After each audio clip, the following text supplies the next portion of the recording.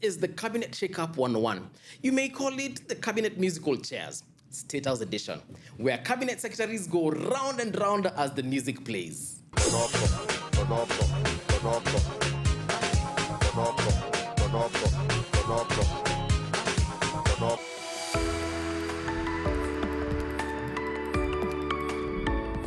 And then boom, the music stops, and just like that, you are the CS for petroleum, wildlife, foreign affairs, or health. It doesn't matter the seat you get, just sit. These guys are being spinned so hard, by the time they regain consciousness, they don't even know what ministry they're in. And lucky for you, if you miss a chair, you're shown the door. But if you were born with a lucky star, you are given lighter duties, while others will look at some of these lighter duties like demotion from being the housewife to being the housemaid. Others will still take the interviews of the lighter duties. Nakumincha also had to defend herself against accusations of coercion leveled by former Public Service CS Justin Muturi. They did approve that memo. A legal officer in the ministry is a representative of the Attorney General. Others were given new, more complicated duties than the previous ones. Moses Kuria, for example. Moses Kuria, from now onwards, your job will be to listen to my advice, then you advise me. Sawa sawa. You will be advising me according to how I advise you. Sawa sawa. And I advise you to advise me. Tunaelewana hapo, my friend. There's another angle to it. When the president says most of them aren't performing, honestly, we're not surprised. Imagine a mason being given the work of a carpenter. Then before he even learns how to hold a wood plane, bam, he's transferred to the butchery. I mean, to be honest, in such a case, would you blame the mason for failing as a carpenter? I find that many of you, the people I speak to, don't even know what is going on in your ministries or departments. You have very scanty information. The moment I know more than you in your ministry, then you must begin to understand that something is very wrong. Because by constitution, you are supposed to advise me. Explain to me how you are going to advise me if you have less information than I do. Sir, you are the one who assigned them. Okay, let's be a bit specific. Let's talk about one special cabinet secretary, Honorable Aden Duale. From defense to environment to health, a history teacher turned security expert turned tree ambassador turned top doctor. He was environment CS for like what, 3 days? That's not so bad considering the standards. I mean, it's longer than some people's relationships. Trust me, I know something about that. Now, could this be deliberate? Because just before Duale could give us a list of Al-Shabaab sponsors, boom, he was moved to environment. Here, he swore to clean Nairobi River so we can all drink its water. And just when he was just wearing gumboots to get down to the river, something else happened. He was tasked with curing a health sector that's been sick for years. This country of my birth is full of surprises. Now, let's ask ourselves this question. So what makes Duale qualified to undertake these many roles in such a span of time? Let's take a look. 1. He's tall. Very tall. He can reach files in the upper shelves of the cabinet without a ladder. No stool, no nothing. Height here becomes an advantage. 2. He has ears. Large, majestic, like a satellite dish to gather information. Now, this guy doesn't need intelligence briefings. He just tilts his head and listens to the ground. Height and hearing senses?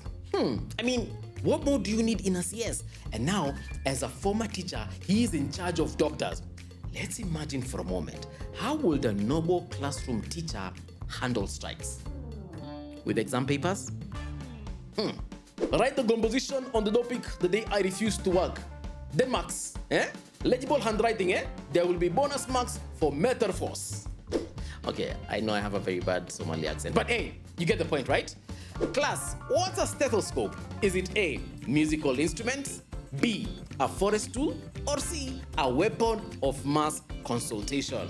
Okay, let's not speak on behalf of the doctors because doctors have their own representatives. Let doctors speak for themselves. What is this unique talent that Honorable Duale comes with to the ministry? That's the question we're asking for. He's a politician. Sentiments that continue to characterize the recent move by President William Ruto to make his second cabinet reshuffle, touching on the ministry. The change of guard at the helm of the Ministry of Health that comes barely 7 months since a new blood was injected at the troubled Afya House has left a bad taste in the mouths of stakeholders. The Nairobi River Cleaning Project, 5 billion shillings later, there's nothing to show for it, honestly. Yeah. Then you bring him now to healthcare at its most critical time when you are struggling with the implementation of the UHC. They claim the former Environment CSS appointment is only meant to protect certain interests. And as the motivation behind the appointment of the new health minister remains shrouded in secrecy, caution has been issued. There are just too many interests. And I'm sure some of those interests are what has informed the current appointment. Oof, that one landed hard. But let's be fair, maybe it's the doctors who don't understand the vision.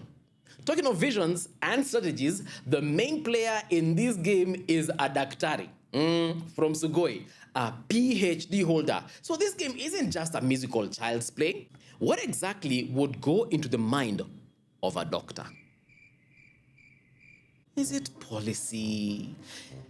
Is it vision, strategic appointments, maybe some guesswork here and there?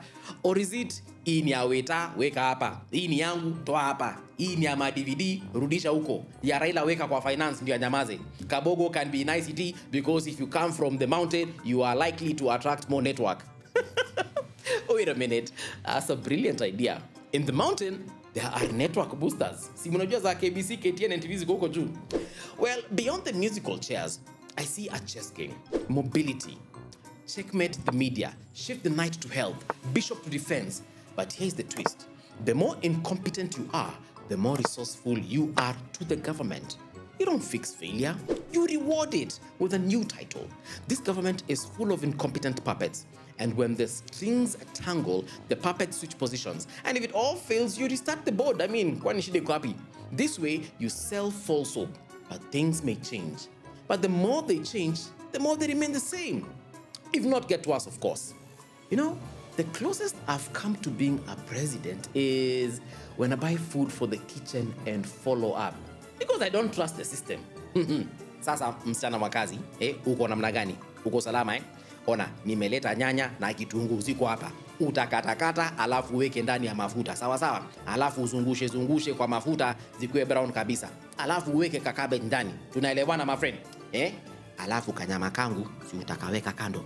Si unaelewa? Yeah, this normally happens because mimi nakuanga perfectionist. Believe me. Until next time, keep your chairs close, your chess moves wild, and your competency optional. Remember, policy is policy.